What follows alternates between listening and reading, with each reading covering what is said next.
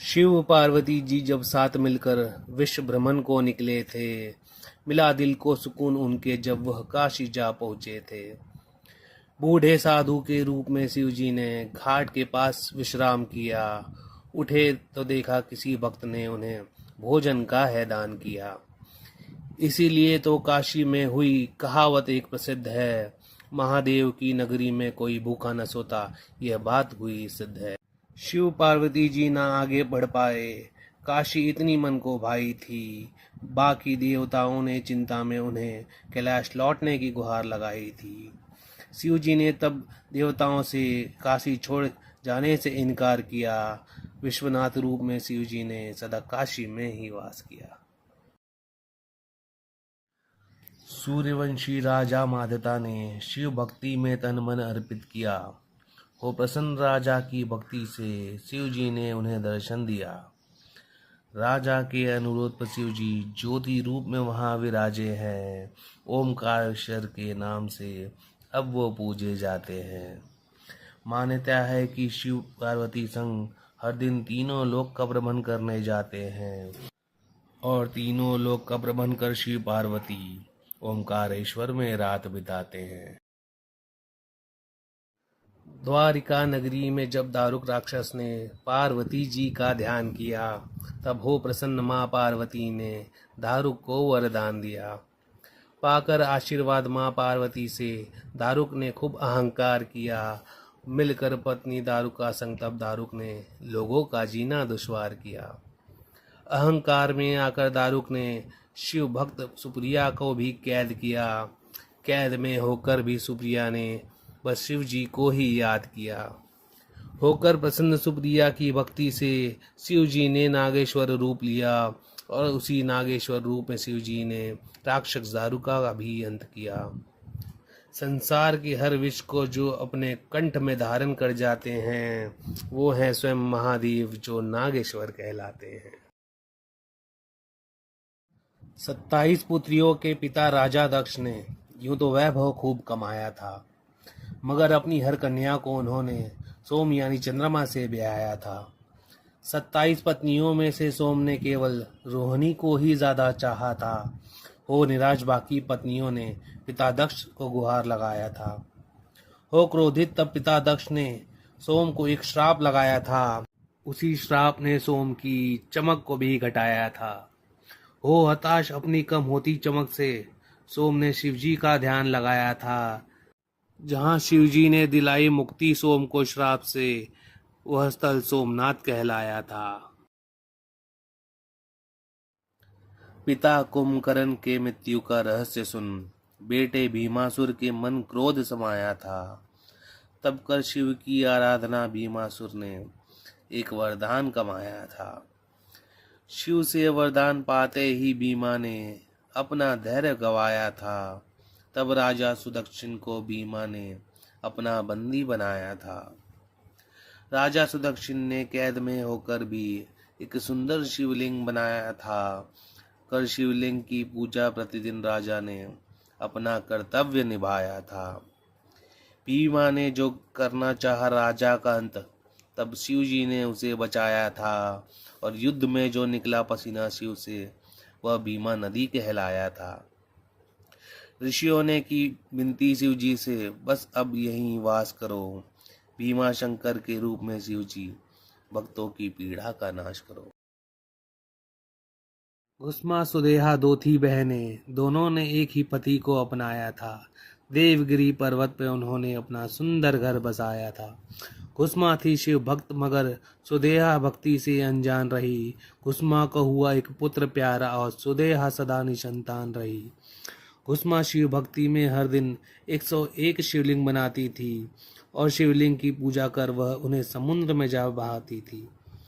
सुदेहा के मन एक दिन जागी ईर्षा, उसने अपना धैर्य गवाया था। कुसुमा के पुत्र को उसने समुद्र में जा बहाया था। पुत्र खोने पर भी कुसुमा शिव भक्ति में ही डूबी रही।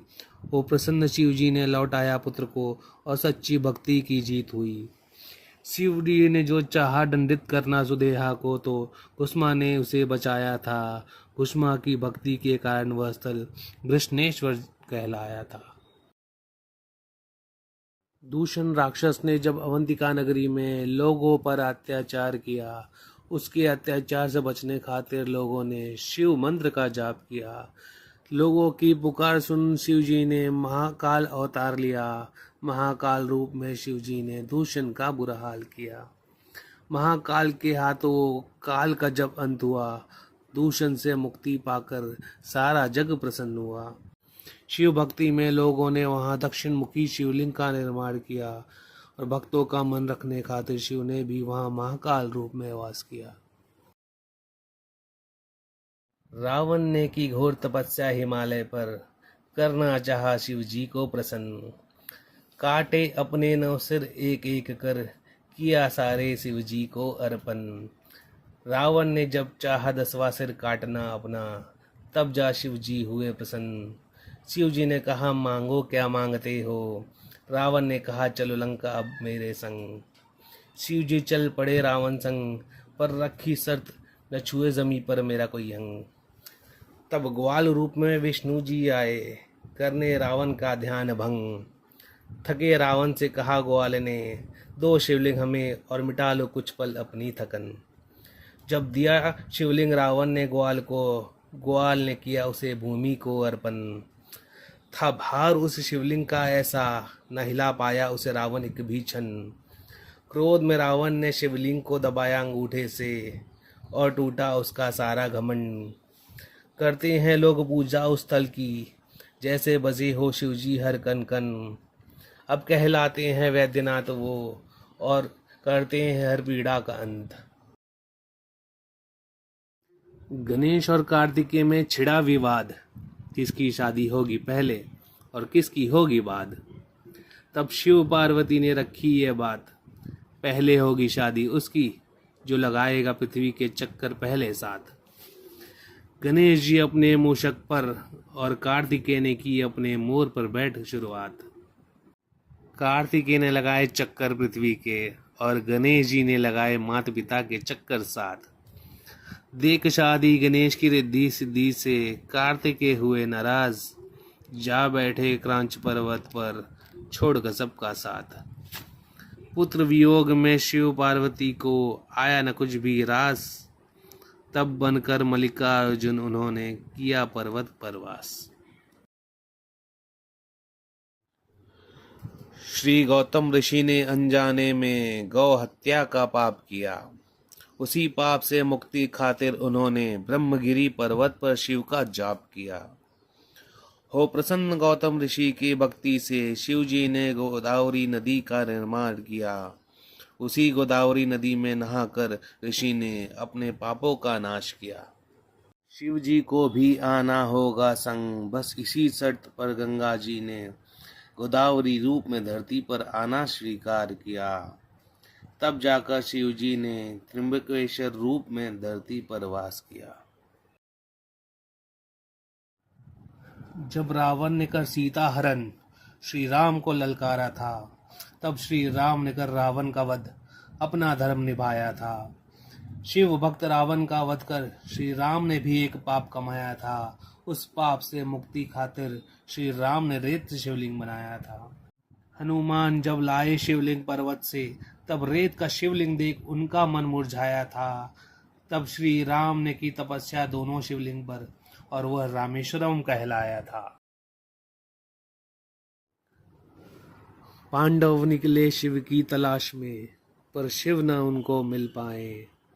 बिना शिव के कैसे मिले मुक्ति गोत्र हत्या के पापों से, यह सोचकर पांडव घबराए। शिव न मिलना चाहे पांडव से, वह नंदी बैल के रूप में पर्वत पर छिप जाए। जो लिया पहचान भीम ने शिव को, शिव जमीन के भीतर धंसते जाए। जब लिया पकड़ भीम ने कुबड़ को, श्री केदारनाथ वो कहलाए।